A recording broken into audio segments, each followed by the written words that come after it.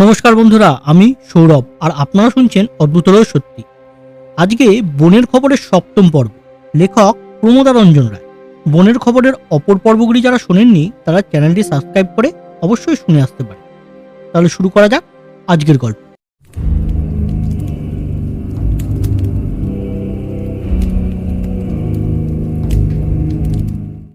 1904 থেকে 1905 বেলুচিস্তান, উত্তর পশ্চিম সীমান্ত প্রদেশ। পরের বছর আবার সানস্টেট যাব বলে সব ঠিক।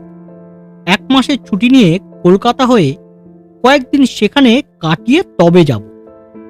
হঠাৎ সিমলা থেকে তারে হুকুম এলো, একে এক্ষুনি কোয়েটা পাঠিয়ে দাও। 48 ঘন্টা সময় দেওয়া হলো বেলুচিস্তানের উপযোগী কাপড় চোপড় তৈরি করে নেবার জন্য। তাড়াহুড়ো করে কাপড় চোপড় করিয়ে ট্রেনে চেপে বসলাম। ব্যাঙ্গালোর থেকে কোয়েটা লম্বা, পুনা, বোম্বে, বরোদা, মারোয়াড়, হায়দ্রাবাদ ও শিবি হয়ে তবে কোয়েটা। পথে শিবিতে প্লেগ ক্যাম্পে আমাকে 2 দিন আটকিয়ে রাখে, কেননা আমি ব্যাঙ্গালোর থেকে আসছি আর সেখানে প্লেগ হচ্ছিল। লম্বা পথ, ট্রেন চলতে চলতে একেবারে প্রাণ আইঢাই। রাজপুতনার মরুভূমিতে তো বালিতে নাক চোখ বন্ধ হয়ে যাবার জোগাড়। আর ভীষণ গরম। কোয়েটা পৌঁছে কাজে বেরোবার জন্য সব গুছিয়ে নিয়েছি। পরদিন ভোরে রওনা হব। আবার তার এলো, কোহাট যাও। কাজকর্ম অন্য লোকের জন্য ছেড়ে দিয়ে আবার ট্রেনে চাপলাম। গেলাম কোহাট। কোহাট থেকে বন্নু আর টর্চি উপত্যকা, কোহাট অব্দি রেল, তারপর টাঙ্গা। এত লম্বা ট্রেন যাত্রা আমি জন্মে কখনো করিনি। কোথায় ব্যাঙ্গালোর আর কোথায় কোহাট, কতদিন পর্যন্ত খটাং খটাং খটখট করে আমার কানের ভিতরেও ট্রেন চলছিল। আমি বেলুচিস্তানে যে কাজ ফেলে এলাম, 2 দিন পরে আমাদের আপিসের এক সাহেব সেই কাজ করতে গেলেন। আফগানিস্তানের সীমান্ত পর্যন্ত কাজ করতে হবে। সেসব দেশের লোকেও আইন কানুন বড় একটা মানে না। তাই সাহেবের সঙ্গে 12-14 জন সিপাই গেছে। তারা রাত্রে তাঁবু পাহারা দেবে, দিনে তার সঙ্গে কাজ করবে। এই সিপাইরাও ওই দেশেরই লোক। তাদের উপর একজন হাবিলদার ছিল। সিপাইদের মধ্যে আবার 2 দল ছিল। 2 দলের মধ্যে একটু মনোমালিন্যও ছিল। সেই জন্য প্রায় খুঁটিনাটি নিয়ে কথা কাটাকাটি লেগেই থাকত। হাবিলদার এক দলকে একটু অনুগ্রহ করত, সেই জন্য অন্য দল বিশেষ সন্তুষ্ট ছিল না। সে দলের একজন সিপাই হাবিলদারের নেক নজরে ছিলেন না। সম্ভবত তার ওপর কিছু কিছু জুলুমও চলত। সেও 2-1 বার সাহেবের কাছে নালিশ করতে চেষ্টা করেছে, কিন্তু সিপাইরা তার অধীন নয় মনে করে তিনি তার নালিশে কান দেননি। এর ফলে তাদের গোলযোগ আরও গুরুতর হয়ে উঠল, এমনকি সঙ্গীন অবস্থা হয়ে দাঁড়ালো। এই সময় প্রায় একেবারে আফগান সীমানের উপরে সাহেবের তাঁবু পড়ল। প্রায় 500-600 গজ মাত্র ব্যবধান। সেই দিনই রাস্তায় ওই সিপাই আর হাবিলদারের মধ্যে কিছু বচসা হয়েছে। সিপাই তাঁবুতে এসেই সাহেবের কাছে নালিশ করলো যে হাবিলদার তার উপর অন্যায় জুলুম করছে ইত্যাদি। এবারও সাহেব শুনলেন না। হাঁড়িপানা মুখ করে সিপাই বসে রইল। রাত্রে হাবিলদার ওরই ঘাড়ে পাহারা চাপালো। খাওয়া দাওয়া শেষ করে সকলে শুয়েছে। সিপাই পাহারায় দাঁড়ালো। 2 ঘন্টা বাদে অন্য সিপাই এসে তাকে বদলি করবে। সাহেবের তাঁবুর পাশেই সিপাইদের তাঁবু, মাঝখানে কয়েক ফুট জায়গা। রোজ পাহারাওয়ালা সিপাই তাঁবুর সামনে পায়চারি করে, কিন্তু সেই দিন ওই সিপাই তাঁবুর চারদিকে ঘুরতে লাগলো। আবার মাঝে মাঝে 2 তাঁবুর মাঝখান দিয়েও যাতায়াত করতে লাগলো। আবার যেন কখনো কখনো 2 তাঁবুর মাঝে দাঁড়িয়ে কি দেখতে বা ভাবতে লাগলো। সাহেবের ঘুম ভেঙে গিয়েছিল আর শুয়ে শুয়ে ভাবছিলেন, আজ পাহারাওয়ালা অমন করছে কেন? একবার ভাবলেন, বাইরে গিয়ে দেখি ব্যাপার কি। আর তক্ষুনি তন্দ্রা এলো। চোখ বুঝতে না বুঝতেই গুরুম করে বন্দুকের আওয়াজ আর পাকড়ো পাকড়ো চিৎকার। সকলেই উঠেছে। সাহেবও পিস্তল হাতে তাঁবু থেকে বের হলো। কি ব্যাপার? কে গুলি চালালো? ওই সিপাই। আলো জ্বালা হলো। হাবিলদারকে প্রাণে মেরেছে। আরো 2-3 জন সিপাই জখম হয়েছে, তাদেরও অবস্থা খারাপ। সিপাইটা আরো একটা রাইফেল আর 2-3 ব্যান্ডেলিয়ার কার্তুজ নিয়ে অন্ধকারে গা ঢাকা দিয়েছে। আলো জ্বালানো হলো বটে, কিন্তু পরক্ষণেই নিভিয়ে দিতে হলো, কারণ হতভাগা সিপাই একটু দূরে একটা পাহাড়ের উপর আশ্রয় নিয়েছিল। আর একটু পরপর লণ্ঠনের আলো তার নজরে পড়তেই টিং করে গুলি ছুটছিল। সকালে লোকজন সিপাহীদের ওখানে রেখে রাইফেল আর কার্তুজ নিয়ে সাহেব একলাই গেলেন 14 মাইল দূরে কেল্লায় খবর দিতে। তারপর সেখান থেকে ডাক্তার, সিপাই ইত্যাদি এসে সকলকে নিয়ে গেল। 2-3 দিন বিশ্রাম করে অন্য দল সিপাই নিয়ে সাহেব আবার কাজ শুরু করলেন। সিপাইটার আর কোনো সন্ধান পাওয়া গেল না। সে আফগান এলাকায় চলে গিয়েছিল। আগেই বলেছি, আমি বেলুচিস্তানের কাজ পেলে বন্নু আর টর্চি উপত্যকায় চলে গিয়েছিলাম। বর্মায় যেমন বাঘ ভাল্লুকের ভয় ছিল, এখানে তার কিছুই নেই। এদেশের ভয় হলো শীতের, আর বাঘ ভাল্লুকের চেয়েও হিংস্র মানুষের, ডাকাতের। সে কি ভয়ানক শীত! পাহারাওয়ালা বাইরে দাঁড়িয়ে পাহারা দেয়, আর 2 ঘন্টা পর পর বদলি হয়। বাইরে বলতে আবার একেবারে খোলা মাঠ নয়, মাথার উপরে চাল আছে। গায়ে তো তাদের এক বোঝা কাপড় চোপড় আর পস্তিন। লোম শুদ্ধ ছাগলের চামড়ার কোটকে পস্তিন বলে। তার মতো গরম আর কিছু হতে পারে না। কিন্তু তাতেও কি আর শীত যায়? কয়েকজন পাহারাওয়ালা এই সব শুদ্ধই জমে মরে গেল। উপরে মোটা মোটা 3টে কম্বল, গায়ে গরম গেঞ্জি, ফ্ল্যানেলের জামা আর সোয়েটার, পায়ে 2 জোড়া গরম মোজা। তবু মনে হয় না কিছু গায়ে দিয়েছি। এর উপর একটা পস্তিন চড়ালে তবে কিছু আরামবোধ হয়।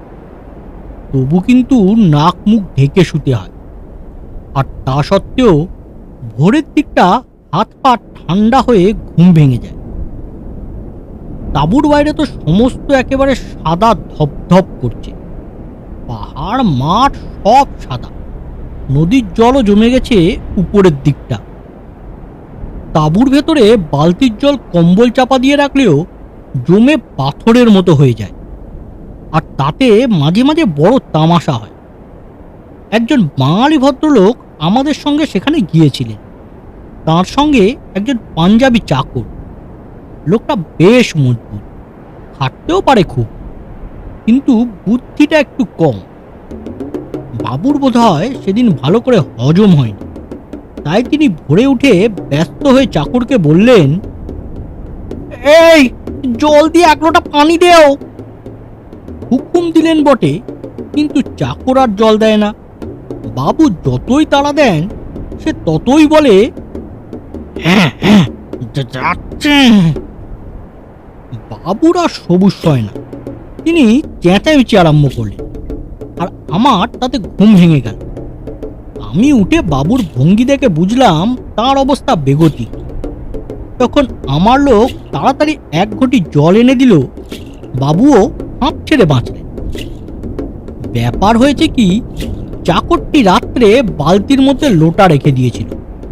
তাড়া দেওয়া মাত্র সে ছুটে জল আনতে গেছে, কিন্তু এদিকে বালতি শুদ্ধ জল জমে পাথর। তার ভিতর থেকে লোটা বের হবে কি করে? উনুন ধরিয়ে বালতি শুদ্ধ বরফ চাপিয়ে লোটা বের করে আনতে 15 মিনিট লেগেছিল। থার্মোমিটার 17 ডিগ্রি ফ্যারেনহাইট পর্যন্ত নেমেছিল। আবার যখন গরম পড়লো, তখনও প্রাণ ওষ্ঠাগত। ডাক বাংলোর বারান্দার ছায়াতেই 1170। ওদেশে জঙ্গল নেই, অন্তত বর্মায় বন বলতে আমরা যা বুঝতাম তা নেই। সমস্ত পাহাড় ন্যাড়া, তাতে খালি ছোট ছোট ঘাস আর পাথর। সেই ঘাস আবার শীতের ধাক্কায় একেবারে জ্বলে গেছে। পাঠানের দেশ, বড় শক্ত জায়গা। দিনে হাতিয়ার বাঁধা পাহারাওয়ালা নিয়ে কাজে বেরুতে হয়, আবার রাতেও বন্দুক নিয়ে লোক পাহারা দেয়। এই কাজের জন্য 21-22 জন লোক সঙ্গে আছে। এরাও পাঠান, এই দেশেরই লোক, হাতিয়ারও তাদের নিজের। আমরা খালি তংখা দিই। তারা কেল্লায় পলিটিক্যাল সাহেবের কাছে গিয়ে দলিল সই করে দিয়ে এসেছে যে গভর্নমেন্টের এতজন লোক এতগুলো জানোয়ার ও আসবাব ইত্যাদি বুঝে পেলে আবার গুনে ফিরিয়ে দেবে। জিনিসপত্র বইবার জন্য সঙ্গে উট আছে। উটওয়ালারা পাঞ্জাবি মুসলমান, পাঠান দেশে 2-4টি কথা বলতে পারে। সঙ্গের খালাসিরাও পাঞ্জাবি মুসলমান। সে দেশে বড় ডাকাতের ভয়, সুবিধা পেলেই সব লুটে নেয়। সেই জন্য রাত্রে সর্বদা পাহারা রাখতে হয়, আর নিজেও সশস্ত্র থাকতে হয়। দিনে কাজে যাই কোমরে রিভলভার বেঁধে, রাতে শুই গুলি ভরা রিভলভার বালিশের তলায় রেখে। এই দারুণ শীত কিন্তু আগুন জ্বালাবার জো নেই। একে তো কাঠই মেলে না, তার উপর ধুনি চালালে দূর থেকে ডাকাতরা দেখতে পেয়ে গুলি চালাবে। কাজ শেষ করে সন্ধ্যার আগে তাঁবুতে ফেরা চাই। অন্ধকার চোর ডাকাতের সুবিধা, যদি পথের পাশেই বসে থাকে তাহলেও দূর থেকে দেখা যাবে না। মেরে কেটে লুটে নেওয়া তাদের ব্যবসা বললেও চলে। ওদেশের প্রধানদের মালিক বলে। একজন মালিক আমার কাছে বকশিস চেয়েছিল। আমি বললাম, টাকা তো আমার কাছে নেই।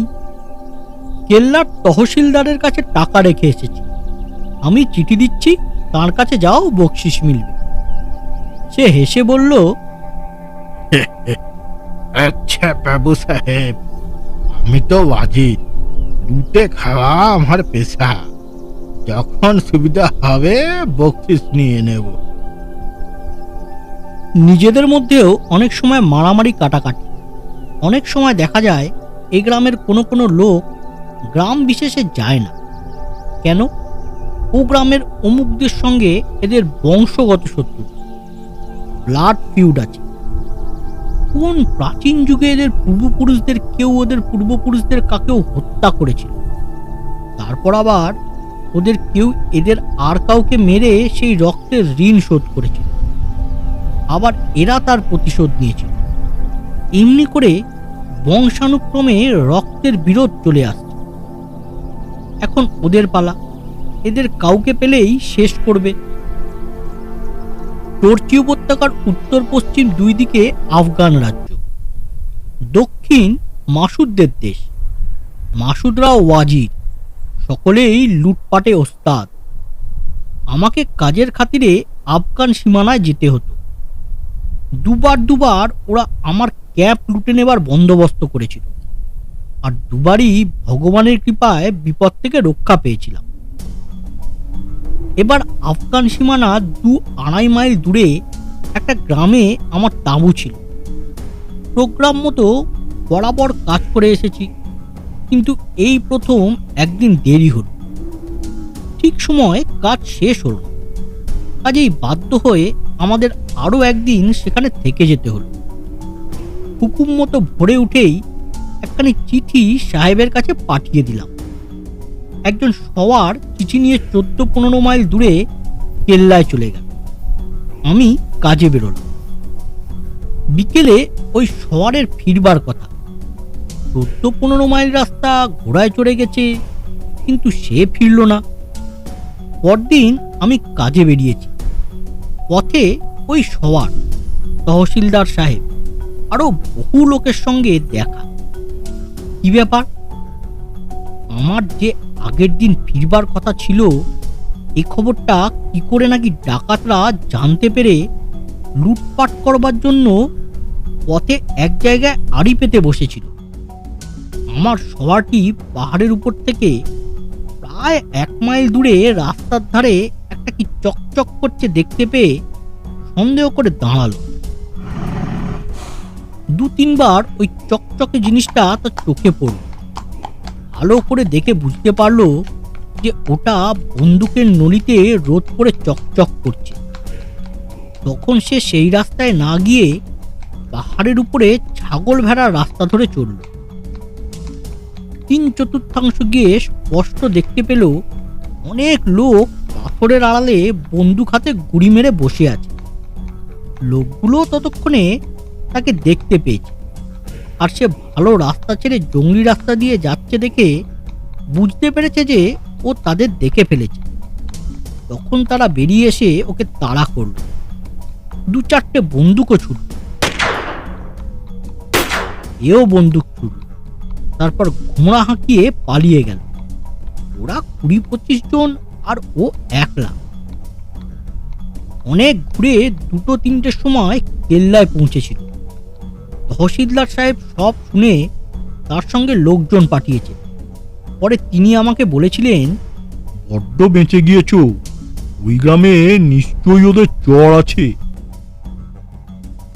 আর একবার ওই একই গ্রামে আমার তাঁবু ছিল। এবার যথাসময়েই কাজ শেষ হয়েছিল, কিন্তু আমাকে একটু তাড়াতাড়ি ফিরতে হবে। কেল্লার কাছে একটু কাজ ছিল, তাও শেষ করতে হবে। খোঁজ করলাম অন্য রাস্তা আছে কিনা, যাতে ঘন্টা 2-3 আগে পৌঁছানো যায়। শুনলাম একটা ছোট পথ আছে। গ্রামের লোকেরা বলল সেটা দিয়ে গেলে 4-5 মাইল বেঁচে যাবে, কিন্তু রাস্তা খারাপ, বোঝা নিয়ে উঠলিয়ে চলতে পারবে না। প্রায় 3-4 জরিপ খারাপ রাস্তা, এক জরিপ হলো 22 গজ। ওইটুকুর জন্য 4-5 মাইল ঘুরবো? আমি বললাম, এই রাস্তাতেই চলো, খারাপ জায়গাটাতে বোঝা নামিয়ে উঠ পার করে নেব, আবার বোঝাই করলেই হবে। গ্রামের কয়েকজন লোক সঙ্গে নিয়ে ওই পথেই চললাম। খুব সাবধানে উটগুলো খারাপ জায়গাটা পার হলো, বোঝা নামাতে হলো না। কেল্লায় পৌঁছে যথাসময়ে কাজ শেষ করলাম। পরদিন তহসিলদার সাহেব খবর দিলেন যে আবার আফগান ডাকাতরা ওই জায়গায় আমাদের অপেক্ষায় বসেছিল। অনেকক্ষণ বসে থেকে যে গ্রামে তাঁবু ছিল সেখানে গিয়ে মহা হম্বিতম্বি। কেন সরকারি লোকদের গ্রামে থাকতে দেওয়া হয়েছিল, আর তারা গেল কোথায়, কোন রাস্তায় গেল, ইত্যাদি। একদিন সন্ধ্যার সঙ্গে সঙ্গেই কাজ শেষ করে তাঁবুতে ফিরেছি। কাপড় চোপড় ছেড়ে হাত পা ধুয়ে বিশ্রাম করে খেয়ে শুয়ে পড়েছি। সমস্ত দিনের পরিশ্রম, বেজায় শীত, আবার থাকি তাঁবুতে। কাজেই একটু তাড়াতাড়ি তাঁবুর দরজা বন্ধ করে লেপ মুড়ি দিতে পারলেই ভালো লাগে। কতক্ষণ ঘুমিয়েছি বলতে পারি না, বন্দুকের আওয়াজে ঘুম ভেঙে গেল। ওদেশের লোকেরা শত্রুর ভয়ে সব গ্রামের চারধারে উঁচু মাটির দেওয়াল দেয়। আমরা একেবারে সেই দেওয়ালের গা ঘেঁষে তাঁবু খাটিয়েছিলাম।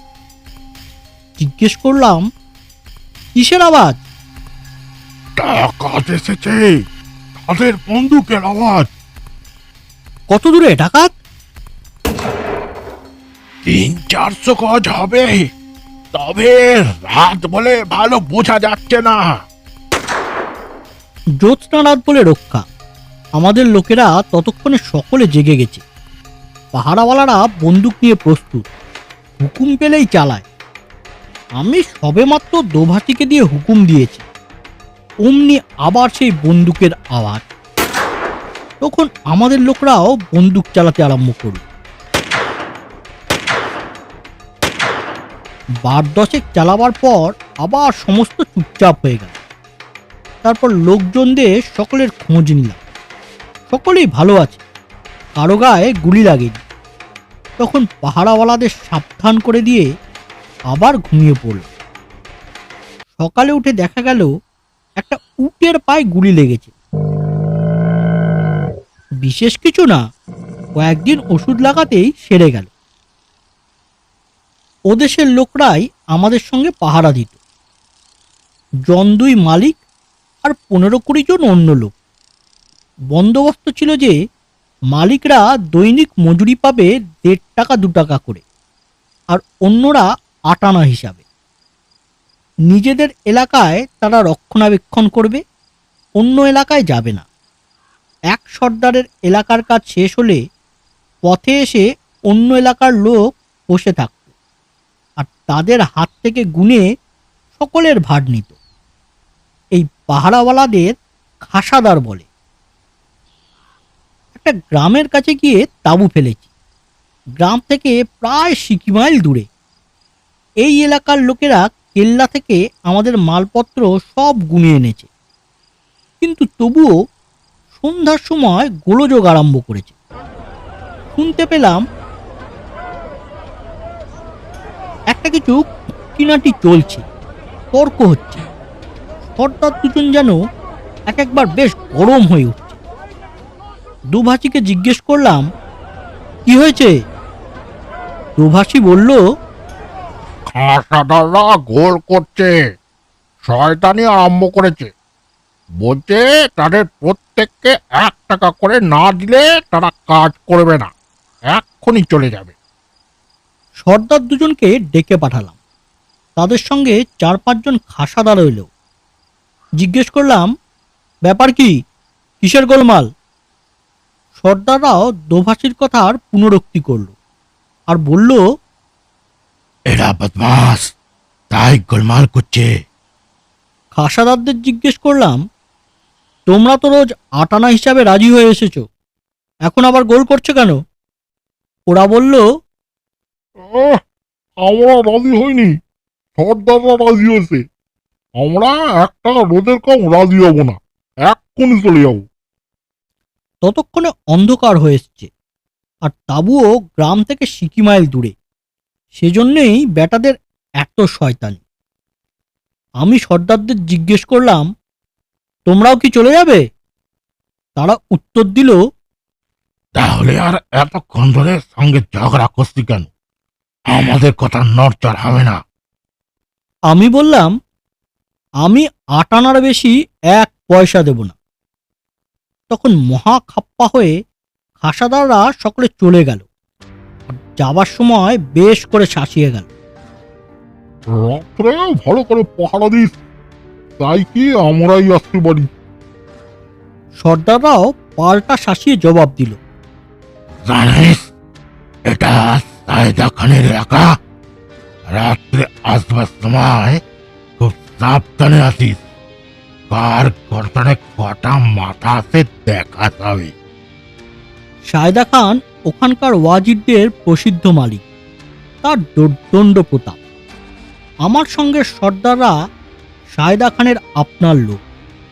আমরা সে রাতটা খুব সাবধানে কাটালাম, খুব কড়া পাহারার বন্দোবস্ত করলাম।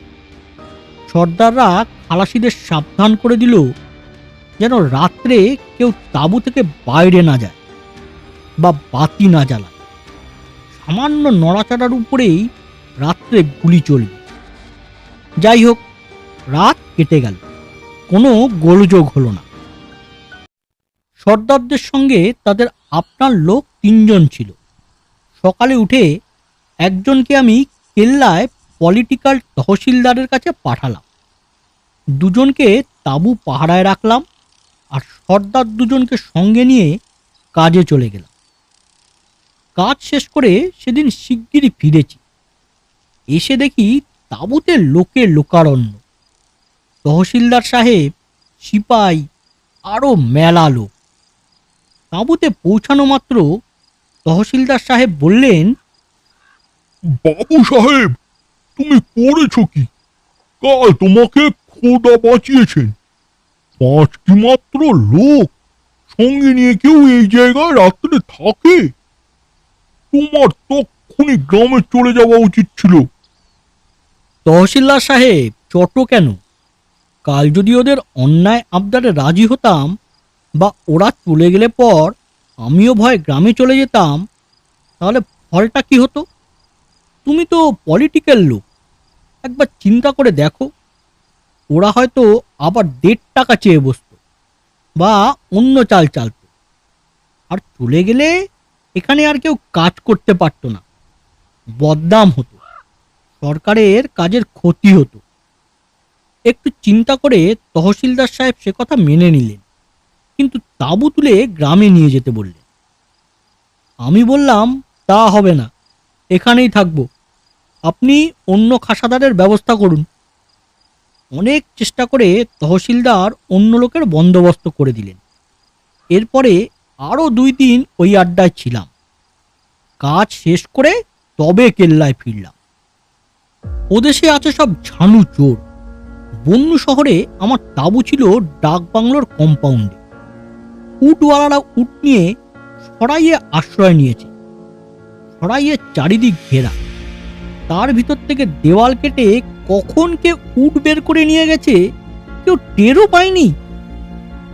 বহু কষ্ট করে প্রায় 2 মাস পরে ওই উট পাওয়া গিয়েছিল। একদিন বন্যু শহর থেকে প্রায় 5-7 মাইল দূরে একটা পাহাড়ে কাজ করতে গিয়েছি, সঙ্গে 4 জন খাসাদার। পাহাড়ের উপর উঠে দূরবীন থিওডোলাইট লাগিয়ে কাজের জন্য প্রস্তুত হচ্ছে। এমন সময় একজন খালাসি বলল, হুজুর হরিণ। যে দেখলাম আন্দাজ 350 থেকে 400 গজ নিচে নালার ধারে 4-5টা হরিণ চড়ছে। একজন খাসাদার অমনি রাইফেল হাতে নিয়ে শুয়ে পড়ল আর খুব ভালো করে লক্ষ্য করে গুলি ছুড়ল। একটা হরিণ তক্ষুনি মাটিতে পড়ে ছটফট করতে লাগলো, আর বাকি কটা নিমেষের মধ্যে কোথায় যেন উড়ে গেল। 2 জন খাসাদার আমার বড় পেন নাইফখানা নিয়ে হরিণটাকে হালাল করতে ছুটল। হরিণটা মরেনি, গুলি লেগে তার কোমর ভেঙে গিয়েছিল, নড়বার শক্তি ছিল না। এরা ছুটে গিয়ে তাকে জবাই করল। তারপর গোটা একটা পিছনের ঠ্যাং ছাড়িয়ে নিল। 2 জনে মিলে হরিণটাকে ঘাড়ে করে নিয়ে এলো। আর 2 জন এর মধ্যে শুকনো ঘাস, কাঁটা ঝোপ ইত্যাদি জড়ো করে তাতে আগুন ধরিয়েছে, আর একটা চ্যাপ্টা সমান পাথর আগুনের ওপর চাপিয়ে দিয়েছে। হরিণ নিয়ে এলে পর 4 জনে মিলে ওই পাটাকে ফালি ফালি করে কেটে ওই গরম পাথরটার উপর রাখতে লাগলো। মিনিট 2 ছ্যাঁকো ছ্যাঁকো করলে পর উল্টে দিল। আরও মিনিট 2 ছ্যাঁকো ছ্যাঁকো করলে পর তুলে খেতে আরম্ভ করল। কোনো রক্ত পড়ছে। একজন আমাকে জিজ্ঞেস করলো, খাবে? আমি বললাম না। তাই শুনে একজন ঠাট্টা করে বলল, বাবু कैसा खाएगा, घी चाहिए मसला चाहिए तब ना बाबू खाएगा। দেখতে দেখতে 4 জনে মিলে একটা গোটা রাং, প্রায় 4-5 সের মাংস হবে, সমস্তটা খেয়ে শেষ করলো। একবার আমাদের এক সাহেবের তাঁবু পড়েছে এক গ্রামে। তাঁবু থেকে প্রায় 60 মাইল দূরে উটওয়ালারাও উট চড়াচ্ছে, সঙ্গে লোকজন রয়েছে। বেলা 3:30-4টের সময় কোথা থেকে 8-10 জন লোক হাতিয়ার টাতিয়ার নিয়ে এসে উপস্থিত, আর এসেই উটগুলোকে তাড়িয়ে নিয়ে চলল। উটওয়ালাদের চিৎকার শুনে খাসাদাররা বন্দুক হাতে ছুটল। একটু কাছে পৌঁছতেই গুলি চালাতে আরম্ভ করল। লুটেরারা যখন দেখলো উট শুদ্ধ পালাতে পারবে না, তখন উট ছেড়ে দিয়ে পিঠ টানল। যাওয়ার সময় 2টো উটের পা কেটে দিয়ে গেল। খাসাদাররা ওই 2টো উটকে তাড়াতাড়ি জবাই করে ফেলল। আর চারদিকের লোকজন মিলে তো মহাভোজ। ওখানকার লোকগুলোই বেখাপ্পা, সর্বদা হাতিয়ার সঙ্গে থাকে আর কথায় কথায় হাতিয়ার চালায়। শেষটা আমাদের সার্ভেয়ারদের উপরও গুলি চালাতে আরম্ভ করল। বেচারা সার্ভেয়াররা সমস্ত দিন খেটে ক্লান্ত হয়ে ফিরেছে, স্নান করে খেয়ে দিয়ে শুয়েছে, এইবার একটু আরাম করবে, আর অমনি দুরুম দুরুম তাঁবুর উপর গুলি। সার্ভেয়ারদের সঙ্গেও সশস্ত্র পাহারা আছে, কিন্তু অন্ধকারে তারা কি করবে? তার উপর তাঁবু নালার ধারে, গুলি চালাচ্ছে পাহাড়ের উপর থেকে। কোনো রকমে রাত কাটিয়ে সকালে উঠে একেবারে কেল্লায়। অবশেষে সেবারের মতো কাজ বন্ধ করে আমরা আবার ব্যাঙ্গালোরে ফিরে গেলাম। কেমন লাগলো বন্ধুরা আজকের এই গল্পটি? ভালো লাগলে একটি লাইক করুন আর শেয়ার করুন সকলের সঙ্গে। আর হ্যাঁ, চ্যানেলটি সাবস্ক্রাইব করতে ভুলবেন না যেন, কারণ বনের খবরগুলির অপর পর্বগুলি খুব শীঘ্রই আসতে চলেছে এই চ্যানেলে। তাহলে বেল আইকনটিও টিপে দিন, তাহলে আপনাদের কাছে নোটিফিকেশন পৌঁছে যাবে। তাহলে আজকের মতো নমস্কার।